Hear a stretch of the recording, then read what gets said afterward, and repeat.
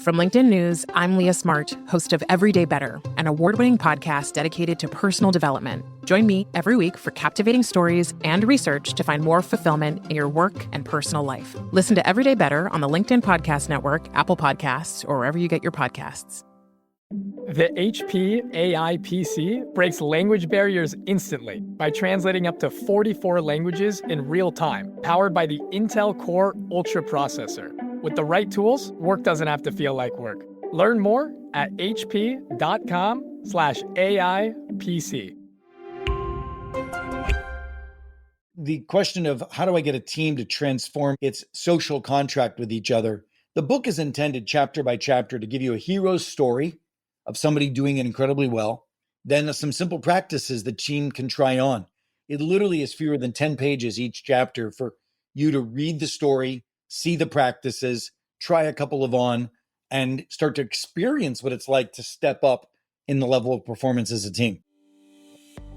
Hey, I'm Kwame Christian, and you are about to step into the world of Negotiate Anything, the #1 negotiation podcast in the world, where we teach you how to make difficult conversations easier while getting more of what you want in the process. Each episode is packed with practical tips and strategies from the experts. We delve into negotiation, conflict resolution, and leadership skills that are crucial in both business and in life. Whether you're closing a deal, managing a team, or navigating personal relationships, Negotiate Anything provides you with the tools you need to succeed. Our conversations are real, relatable, and most importantly, rooted in practicality. So if you're ready to transform your conversations and elevate your negotiation skills, join me on Negotiate Anything. Subscribe and listen on Apple Podcasts, Spotify, or wherever you love to listen. Let's make every conversation a winning negotiation. Keith, thanks for joining us today. I'm excited to be here. It's long overdue. Yes, my friend, I appreciate you. Very excited to have you. So how would you get us started by telling us a little bit about yourself and what you do? Well, I'm a coach of high-performing executive teams. Traditionally, that's been the Fortune 100 largest organizations in the world. I'm excited right now. There's a company in the Fortune 50, over 200 billion in market cap, and it's looking to double its market cap. So I coach teams going through transformation, but I'm also a venture partner at a firm called Lightspeed, one of the largest VCs in the world. And with them, I coach portfolio companies, the unicorns, the fast growth companies. And these days, I'm even coaching governments, working with the country of Bhutan to double the GDP while still holding on to that precious happiness that that country has. Amazing. And for the few listeners out here who are not familiar with Keith's work, multiple time best-selling author. And then Keith, I want to at least say this. I'll tell a story that you've probably heard 8 billion times from different people you've talked to. But for me, when I was coming into college about 20 years ago, your book was a gift from my uncle. And people would always ask me, Kwame, why do you have such a great network in the community? And I would always refer to your book because even though I read it going into college, I made sure to always put it into practice throughout my career. So just personally, thank you for that. And thank you for taking the time to come on the podcast. My pleasure. And I love this story. I never get tired of hearing it. That's great. That is great.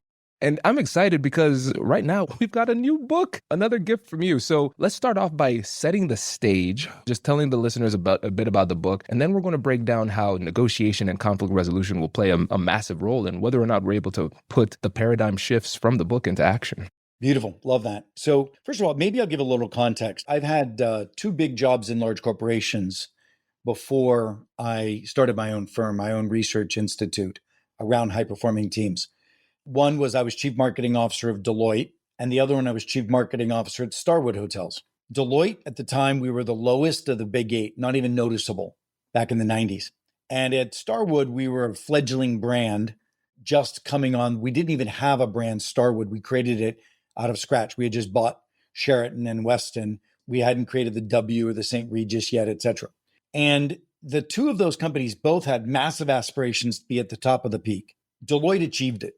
And it achieved it because that was a band of brothers and sisters taking hills together, strategically challenging each other, aligned, but willing to kick each other in the butt, push each other higher, foster strong energy. We loved each other. We went all over the world in extraordinary ways. At Starwood, we had an incredibly innovative founder, but we were not a team. We were competitive. There was a lot of backfighting. There was a lot of turfing. And it was when I left Deloitte and went over to Starwood, it really felt massively different. It was shocking. And it put me on my heels. When I look back on those two experiences, I realized that at Starwood, we ended up having to sell the company to Marriott at below industry multiples. Most of our great innovations got wiped out by Marriott. And at Deloitte, we achieved everything we wanted to achieve. I absolutely look at the teamship as the leverage for us to be able to do that. Now, that's why I started this firm 20 years ago. So just about the same time that I published my book and I left Starwood Hotels, I decided to start a research institute for high-performing teams. I knew it was the special sauce of unleashing extraordinary growth in individuals' careers as well as in organizational performance.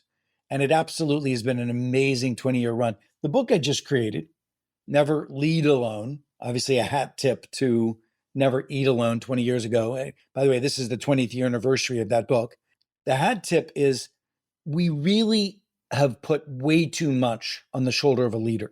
Leaders need to learn that it's great to give feedback, but it's amazing to get the team to give each other feedback. It's great for a leader to hold the team accountable. It's great. It's amazing for the team to hold each other accountable, for the team to lift up each other's energy, for the team to step up and share in leadership with the leader. So that's the shift from leadership to teamship that I want your listeners to begin to think about for themselves and for their teams. This is so good. So good, Keith. And as I'm thinking about this, I know Simone in the background is hearing, oh yeah, we're going to have some new mandates in the company because this is great. And one of the things that immediately hit me is that before the leader of the organization has the conversation or the announcement with the team to say, hey, we're making this shift from leadership to teamship, there needs to be an internal shift that happens with the leader themselves. Because a lot of times delegating, sharing responsibilities, it can make people feel scared. Sometimes they have issues with control. They might not feel comfortable sharing the responsibility, or sometimes if it's an ego thing, the praise that comes with leadership. And so what does that internal conversation need to look like with the leader? Yeah, that's so smart. Well, first of all, I like, and I do this in the book, I like to focus on the promises. If you want to free up 30% of your time and be able to expect more from your team, it's very easy for people to point their fingers at their team. But the point is they should be pointing at ourselves and asking ourselves, how are we leading differently to get the team to step up? We can be faster in our innovation. We can be bolder in our transformation. We can be more resilient and more joyful, more engaged among each other. And we can do all of that while freeing up time by 30% of the leader. Now, that's the promise. All I have to say is, even to you, it's like this book is intended to be a set of simple practices. I call them high return practices that over 20 years, I've seen the highest performing teams do and replicate. And I want to make sure that you can replicate those same practices of those high performing teams. And so it really is like, don't trust me, just try some of the practices. The question of how do I get a team to transform its social contract with each other? The book is intended chapter by chapter to give you a hero's story of somebody doing it incredibly well, then some simple practices the team can try on. It literally is fewer than 10 pages each chapter for you to read the story, see the practices, try a couple of on, and start to experience what it's like to step up in the level of performance as a team. Incredible. And I love the practicality. In all of your work, it's always extremely practical and actionable. And I think that's missing in a lot of literature today. And when it comes to these conversations too, one of the things that I think is so fascinating and also one of the things that distinguishes it from a lot of other leadership work is the fact that we are empowering the team to hold each other accountable. Because a lot of times we hear these leadership books, it's always talking about you hold your people accountable. But tell us more about peer-to-peer accountability, because that's really novel. So there's 10 shifts in the book, shifting from conflict avoidance to candor, and in that shift, I talk about how do we get the team to be candid with each other. So it's one thing for the leader to be candid. It's another thing for the team to be candid with the leader. But very infrequently does the team challenge each other. People think of that as if I challenged my teammate, that would be throwing them under the bus. But there's another philosophy. There's a wonderful company called Elf Beauty. Elf Beauty is led by a great CEO named Tarang. And the largest beauty companies in the world are getting crushed by this little company. This little company has kicked the butts and taken market share from the Estee Lauders, et cetera. And they're doing it because they have a very different way of working.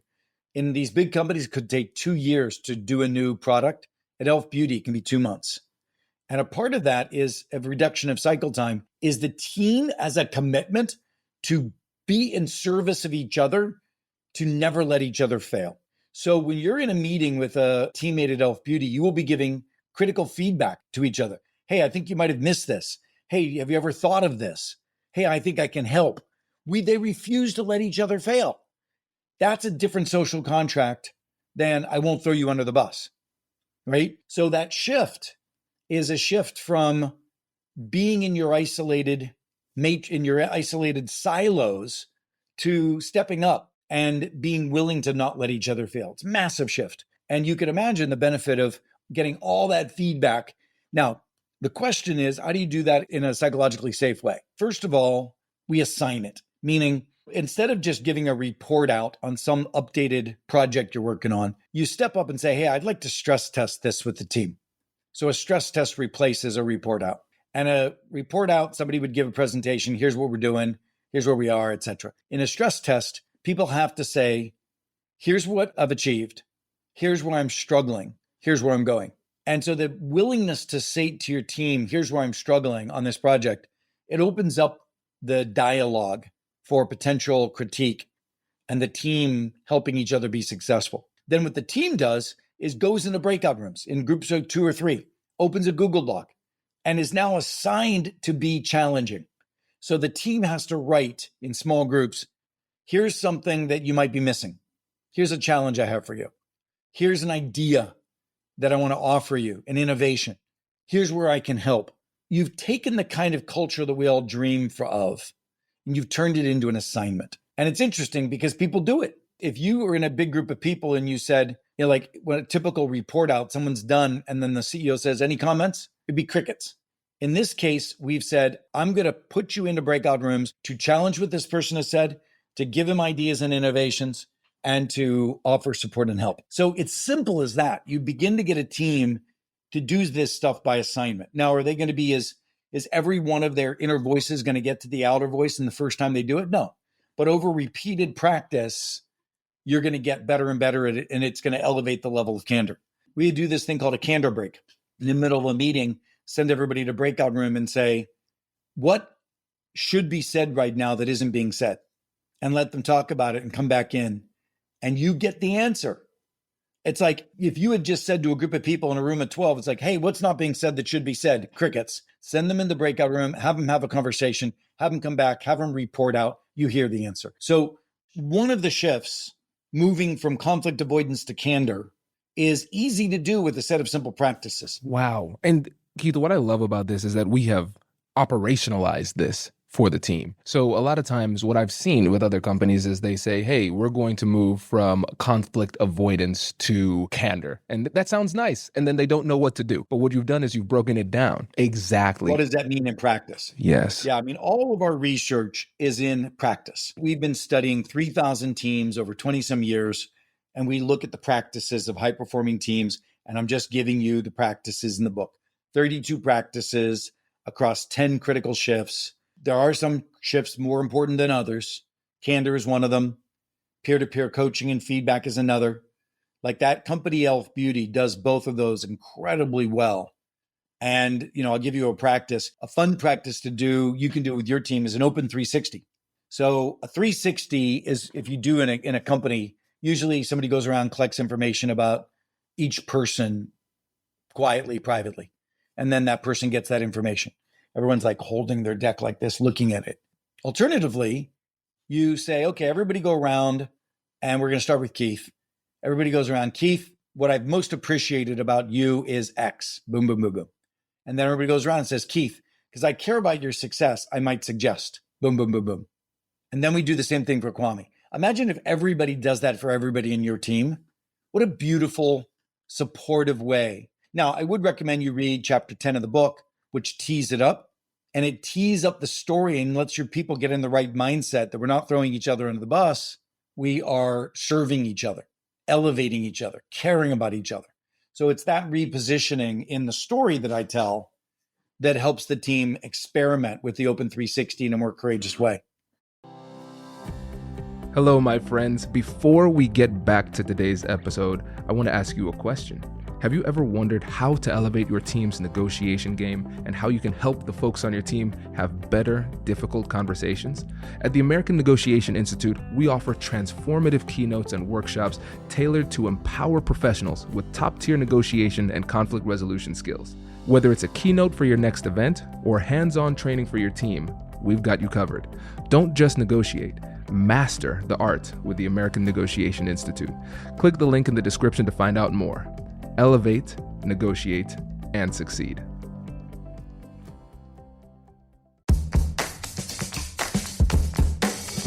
Hey you, I'm Andrew Seaman. Do you want a new job? Or do you want to move forward in your career?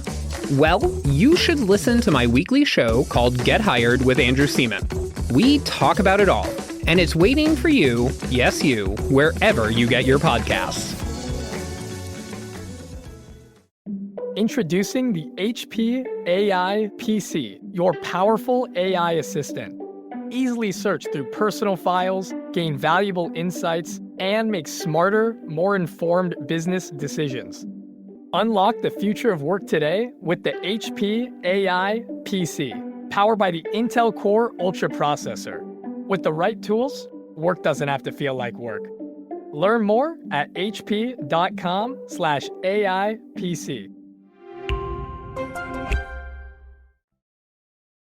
That's powerful. And I really love the way that we introduce that because I care about your success and then it leads into that. Because if we don't have that preamble, a lot of times people might impart their own part into there and say, because I hate you, I'm going to tell you this, right? So yeah, no, this is great. And now, a lot of people are listening to this and they're saying to themselves, okay, I'm recognizing that the culture needs to shift. We need to move from leadership to teamship. Now, they might be struggling with a lack of trust. A lot of organizations struggle from a lack of trust, and that's something that's been one of the quintessential elements of all of your work. So if you're trying to make this shift from leadership to team shift, but you are at a trust deficit with your organization, how do you build the trust to get people to feel psychologically safe doing this? So trust is born from 3 layers.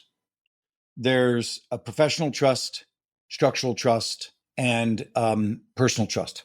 Professional trust, let's say I'm a marketer and you're a finance person. We may have a trust breakdown based on how we see the world. You might be thinking I'm spending money like a drunken sailor and don't have a return on investment. I might be thinking you're myopic and don't have a perspective on growth. And that breaks down trust in a professional basis. Now, you might have structural breakdowns, like a boss with an employee.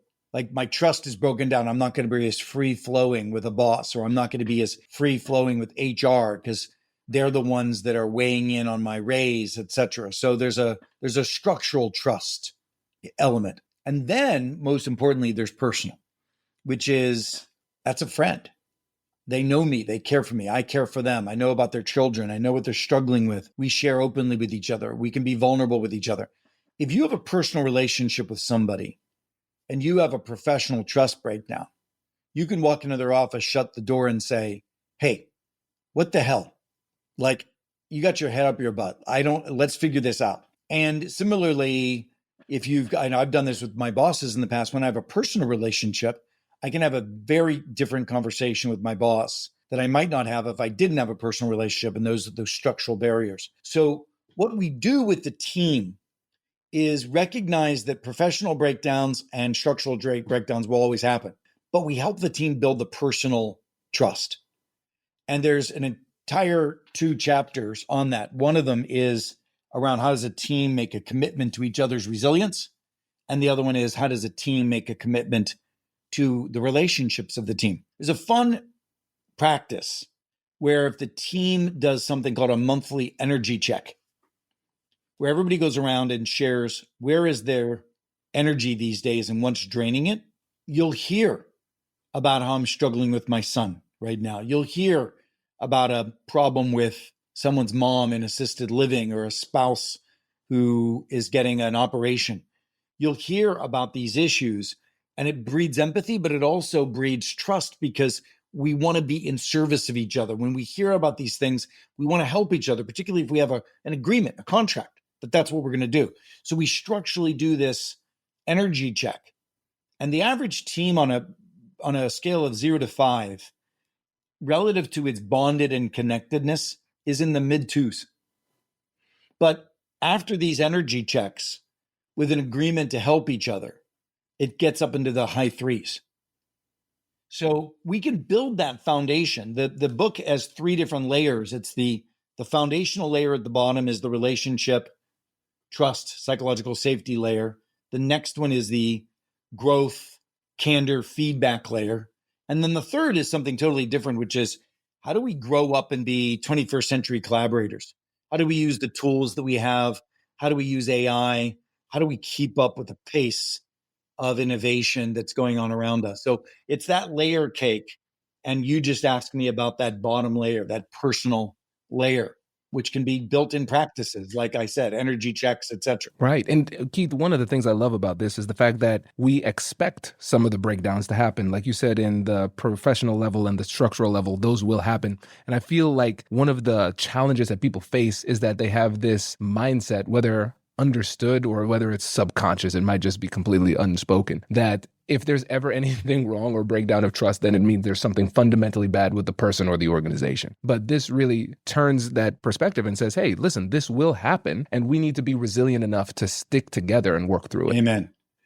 Amen. It's like a family commitment, and you want to be able to breed that into your team. Yes. And now I want to lock in on a couple of words here, because I love the word commitment that you just said. And you've talked about the social contract and the agreement. And I really want to hammer this home for the person listening today too, because again, this does not happen by accident. And so when we're codifying these things, do you suggest actually like writing these things down? How do we actually create that social contract? Yeah. So the way the book's written is you read it chapter by chapter with your team. And so you read chapter 3 about candor, shifting from candor to conflict avoidance. And you read the story and you get the practices and you're like, yeah, that feels interesting. But when you get in the room, you take the diagnostic. There's a diagnostic in each chapter.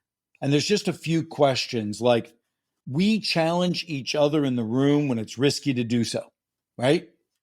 And most teams are low on that question. And so when you ask the question, and we do a private diagnostic, you start to see where you are. So it starts to establish a gap. And frankly, as I said, most teams are pretty mediocre in terms of how they show up and how courageous and bold and capable they are at this standard of a high-performing team. So, you show up and realize that most teams are mediocre. You see the diagnostic. You then try one of the practices, and you're like, wow. So, for instance, the other day I had a team I was coaching, and their score was low. It was 1.3 in terms of its willingness to be courageous and candid. We did a few exercises in the room on real business issues. When I coach, I don't train. I coach around real business issues using these practices. And we touched on some really sensitive stuff. And I said, hey, everybody, I want you to go into SurveyMonkey and let's write on a scale of 0 to 5, what level of courage and candor did we have now? Scale of 0 to 5. So remember, this is a team that says normally we're 1.3. We put some of the toughest issues on the table, and they were all 4s and 5s. The practices alone was the switch that turned it on. Wow. That's incredibly encouraging, because I think a lot of... Now, it doesn't mean that the next meeting I'm not there, they're not going to slide back into a 2. I think it's sort of like they say the first time you go into an AA meeting, you never look at a drink ever again the same way. And I think it's the same kind of thing if you've gotten yourself to the realization that we are a mediocre team and we are not courageous and candid, and it lacks integrity to be so. I think you'll start climbing that ladder, particularly if you've now got these new practices to use. I agree. I mean, that self-awareness by itself is just powerful. Yeah. And now let's say there's somebody listening here who's saying, Keith, I vibe with this. I read all your books and I especially love this one, but I am not the ultimate authority in my organization. I recognize these challenges. How can I manage up and get them on board? Well, the book was written as a simple workbook, but it's also hopefully a motivational book. So if you believe that, give the book to your boss and say, hey, I was reading this thing, heard this guy, might want to listen to the podcast, right? That's one. But the other thing is you could always show up and even recommend a practice as a team member, not a leader. So you could show up and say, hey, I'm working on this initiative. Do you mind if I ask, can we stress test it? Like, I want to get the team's feedback. Let's stress test it. And the boss will be like, what do you mean by that? Well, here's what I want to do. I'm going to show up. I'm going to give a quick presentation. And then I want everybody to beat it up and tell me what they think. And the boss is like, well, that's courageous. Go for it. Another one could be, you have some offsite coming up. And instead of just bringing everybody into an offsite, spend all the money and doing small talk, you could say, hey, for dinner, I want to run a little exercise. There's this thing called an energy check. I want to hear where people really are. We're all together. We haven't seen each other in a couple of quarters. Let's do an energy check. See where people are. Let's check it. Like, I feel like and this is the point of teamship. I will say to a team when I'm coaching them, I'll pause. Let's say where I could watch the team. It's gone into a rabbit hole of getting off topic. And I'll raise my hand. I'll say, excuse me, I'm just curious. I'm an observer, but did we just go off track for minutes, many minutes? And are we in some rabbit hole that doesn't seem to be really valuable for all of our time right now? I don't know, but I'm just asking. And people are like, yes. I'm like, great. But before we move on, I'm curious, who else could have did what I just did? Why did I need to stop the meeting and say, we're in a rabbit hole? Whose job is it to hold this team accountable if we really believe in teamship? Any of us. And they all agree. So as a coach, I'm coaching these new behaviors. But, the point is anybody can be courageous enough to be a leader of a team. I've seen this, by the way. I've gone into teams that, are where I'm going to be the coach, and I meet somebody and I'm like, wow, I've been watching what you're doing. You've been coaching this team all along. And it's just one member of the team. Might be a bold, respected, courageous member of the team, but why couldn't anybody be that? This is also a guide for you to be a coach of your own team, even though you're not the leader. You'll probably be the leader faster if you take on this role than otherwise.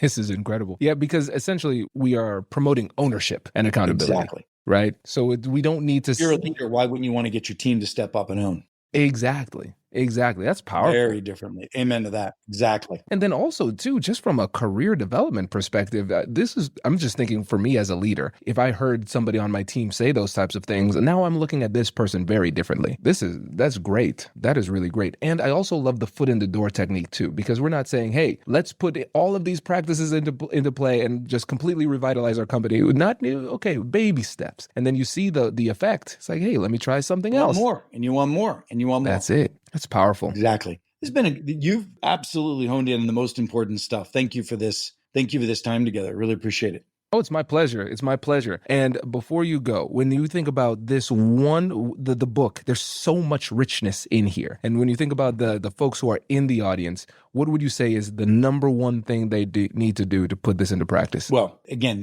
I would read the table of contents and see which chapter calls to you, because it's intended to be eaten like popcorn. It's not this massive, overwhelming methodology. You can just read the chapters and feel where you think you have the greatest gap and what calls to you the most. Amazing. Keith, thank you so much for joining us today. Really appreciate it. My pleasure. It's been a lot of fun. Thank you. Man, you crushed this. This was great. And then, Simone, want to give you a moment. I know you're busy. Keith, we get just one last question and then sure. Be good to go. Congratulations, you've just joined an elite club. By listening to a full episode, you're now officially on the Negotiate Anything team. So welcome aboard. What most team members do is they subscribe to the podcast because that allows them to automatically get the latest episodes of the show. The best things in life lie on the other side of difficult conversations. Keep learning, keep practicing, and keep getting better. Your relationships will improve, your career will soar, and you'll have the confidence you need to get the most out of these crucial conversations. Again, thank you for joining the team. We're excited to have you, and I will see you in the next episode. I'll catch you later.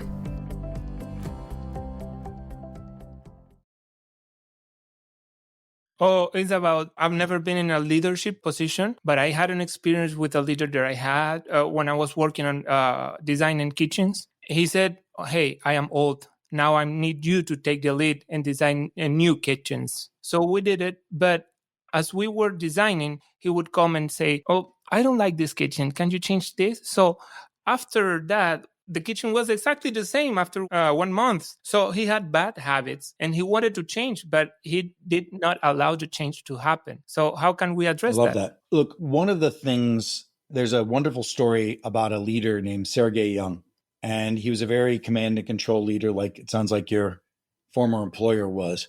And the team started stepping up and becoming a new team.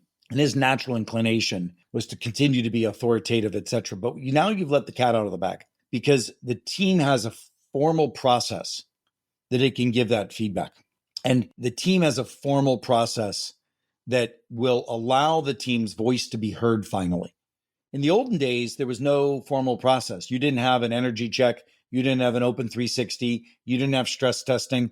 These are now things that you do regularly, which will give the feedback back to the leader. Look, any leader that wants to shoot themselves in the foot can obviously say, screw it, we're going back to authority. It's my way or the highway. But I have not seen that happen. I've seen most leaders be appreciative of the fact that they need coaching too. And this is the ability for the team to give them that coaching. Oh, well, thank you so much. Amazing. This is good. This is great.